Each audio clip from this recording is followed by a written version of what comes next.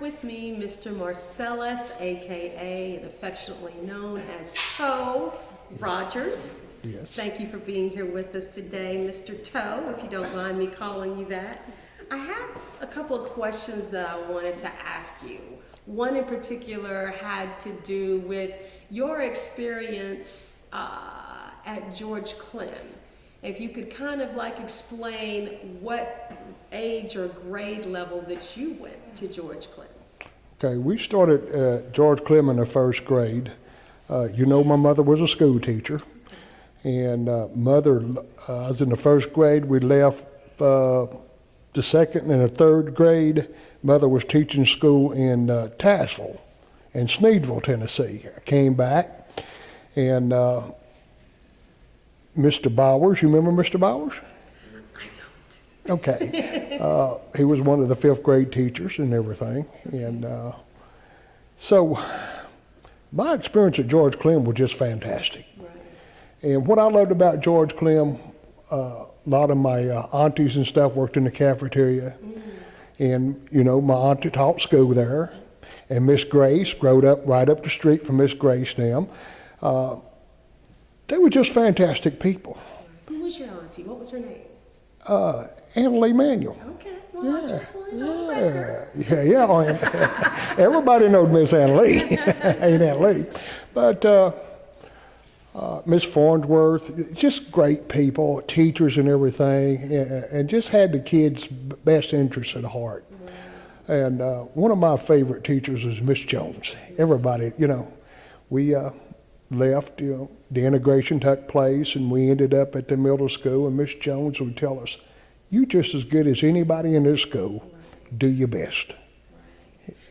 Did you understand exactly what was happening when they said, "Black kids, you're going to be going to a different school now. We're bringing you together"? And did you really understand that, or did you even realize that's what happened? Mother explained it quite well to us, what was fixing to happen, and Daddy set down the rules. And so we went from there. Right. What were some of the rules that they set forth, and what were some of the forewarnings that they may have given you? Well, Mother's was that you do the best you can in school, and I will not accept anything less. Daddy's was you will act a certain way, but you won't take any stuff. And this is what I expect of you. You take your part, but do not cause any problems. Right. Yeah. Did you ever have any problems at any stage of that, from going to Andrew Johnson, to Greeneville Middle School, to Greeneville High School? No, Angie, I didn't spend a lot of time at the high school downstairs. I took trade classes and things, and it was up on the hill. Tony, friend, and I, from the time we entered Greeneville High School till we graduated, we stayed most of the time on top of the hill. Other things was going on in the school, in the main part of the school, we never knew nothing about until later on in the afternoon when somebody would tell us what took place. Right. Yes. Right. Do you recall any of the other children having altercations? So you're saying you did it, but were there some that Well, did? yes, my brother was one of them. Okay. And so it was a lot of things that took place that I wasn't exposed to. How about with the teachers, the teaching staff? Did you feel somewhat treated differently at times, or did you feel like it was an equal treatment amongst all the students? Well, Mr. Sheriff was mostly my main teacher, Mr. Sinks, and they were just good men. They wanted the boys to learn and understand that you didn't have to go to college to make a good living. And so once you understood what they expected from you, they were just good men. Yes. Now, to the nitty-gritty of what I really wanted to address with you. I understand that you would have, in my opinion, and many others, been considered one of the black role models here, having been on the police force. Can you kind of describe what your position was there and your experience as a black police officer? Okay. I started out in 1975 as a special police officer. Bobby Black was one of the first black city policemen here in Greeneville. Bobby Blue and Zeke Blanton at that time was working for the Sheriff's Department. And so later on, a lot of Mr. Joe Anderson, A.Y. Bass and stuff was special police officers. And Bobby come to me one day, he said, do you think you would like to try that? I said, yeah, I'll try it. And so I started out as a special police officer. And a few years later, I was asked to join the auxiliary. At that time, they didn't have no black auxiliary officers. So as a law enforcement officer, how were you received by the white people of the community? Well, I've been called everything but the child of God. Okay. So you can imagine some. And so they had to learn more than I did. Things was changing, and whether they liked it or not, this is just the way it was going to be. When I first got hired, Hugh Wells hired me. And he said, Marcellous, I know you're smart enough to find you something to eat and get out the rain. So we'll teach you the rest. And he says, you're going to have some bad times, you're going to have some good times, but just hang in there. It'll all be all right. So when you get to working with young men and stuff, walking and talking and stuff, you form a bond that has lasted a lifetime.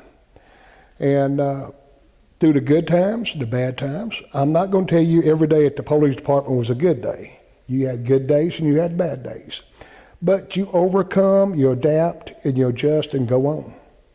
And we got good people in Greeneville, in Greene County, and we got bad people in Greeneville and Greene County. But overall, Angie, I've had a good life and a good experience at the Greeneville Police Department.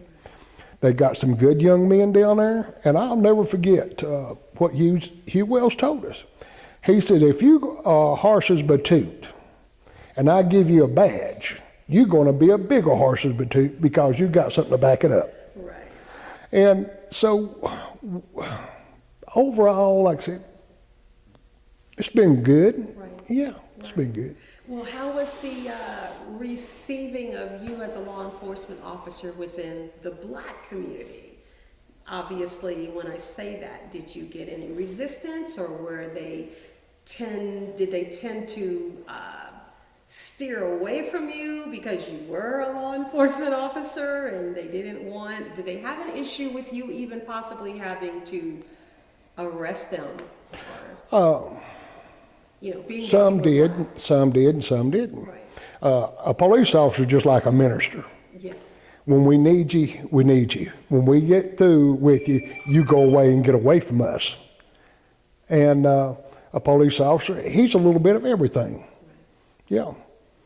Sometimes you change the baby's diaper. Yeah. So do you feel like you were a role model? Were you made to feel like a role model within the black community, having achieved that status? Not really. No. I was just doing my job, and my brother-in-law and some of the younger ones that run around with him, we would sit and talk and things like this. And Dad said, treat people like you want to be treated, and you will get along fine in the world. Right. Yeah, and I found out that to be so true. Right. Yeah. Now, when you talk about the good and the bad experiences when you were on the police force, I kind of want to focus on the bad. Don't ask me why. But were those experiences from the citizens, or was that within the police force? And well, when I'm saying you have good days and bad days, when you go work wrecks and we have fatalities and stuff like that, we call those bad days. Okay? We had our guys that like to drink and fight and stuff. You just had routine calls once or twice a month to same people's home where you would go visit. One of my fond memories is, I won't call any names, I get there and this lady has her husband buy his bib overhauls. She has one of them little Griswold skillets just wearing that noggin out. And I said, ma'am, you got to stop. She said, just one more lick, officer. And she pops him again. And I get her separated, and I said, what is this all about? At that time, he was working at the Austin Company. She says, from now on, he will bring his check home before he goes start drinking. He won't spend the family's money. Right. So a few months later, I come by and I said, how's it going? She said, he brings the check home. Yes.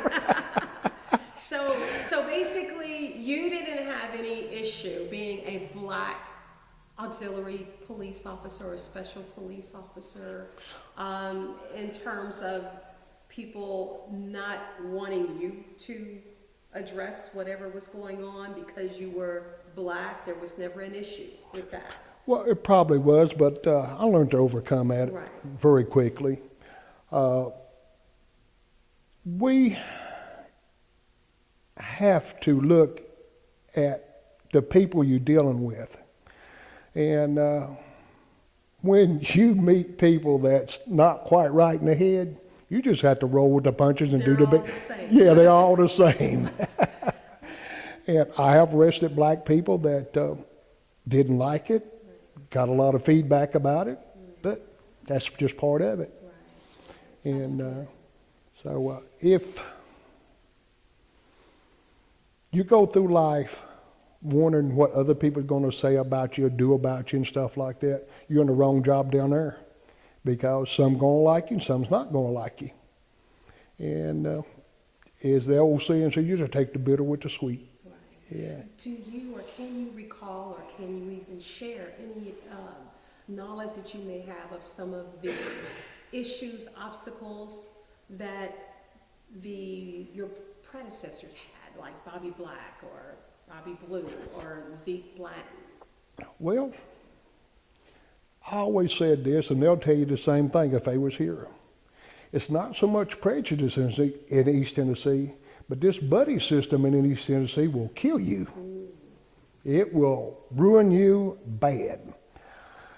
I think once you have gained the trust of your co-workers and your ability to do the right things and lead the right way and walk the right way, it all will fall in line.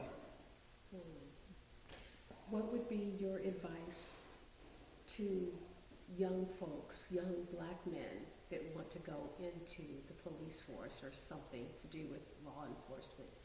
What would you suggest for that? Education. Everything is changing. I was there. When I first started there, your arrest report was 1 page. When I left there, your arrest report was anywhere from 4 pages on, depending on what you got into. Education, education, and education. Have your degrees before you decide to go.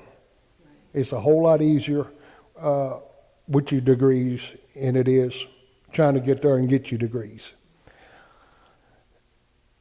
Do you recall, and I'm not sure if this is the case here, at any point with perhaps the other police officers before you, where they were only allowed to arrest or address issues within their own race? In other words, black police officer can only arrest black citizens. Okay. Yes. Mr. Joe Anderson, A.Y. Bass, Mr. Barkley, those guys were special police officers too. Mr. Ben Martin, they could only arrest black people. Okay. It was funny. As a special officer, I never arrested anybody white, but I was with white officers that arrested everybody. And when I became the auxiliary, and Pete Luttrell was the chief of the auxiliary at that time, an assistant chief, Bush Hawley was the chief. And I said, how does that affect me? He said, son, you can arrest anybody you want to anytime you want it to anyway. We had that much faith in you, Toe.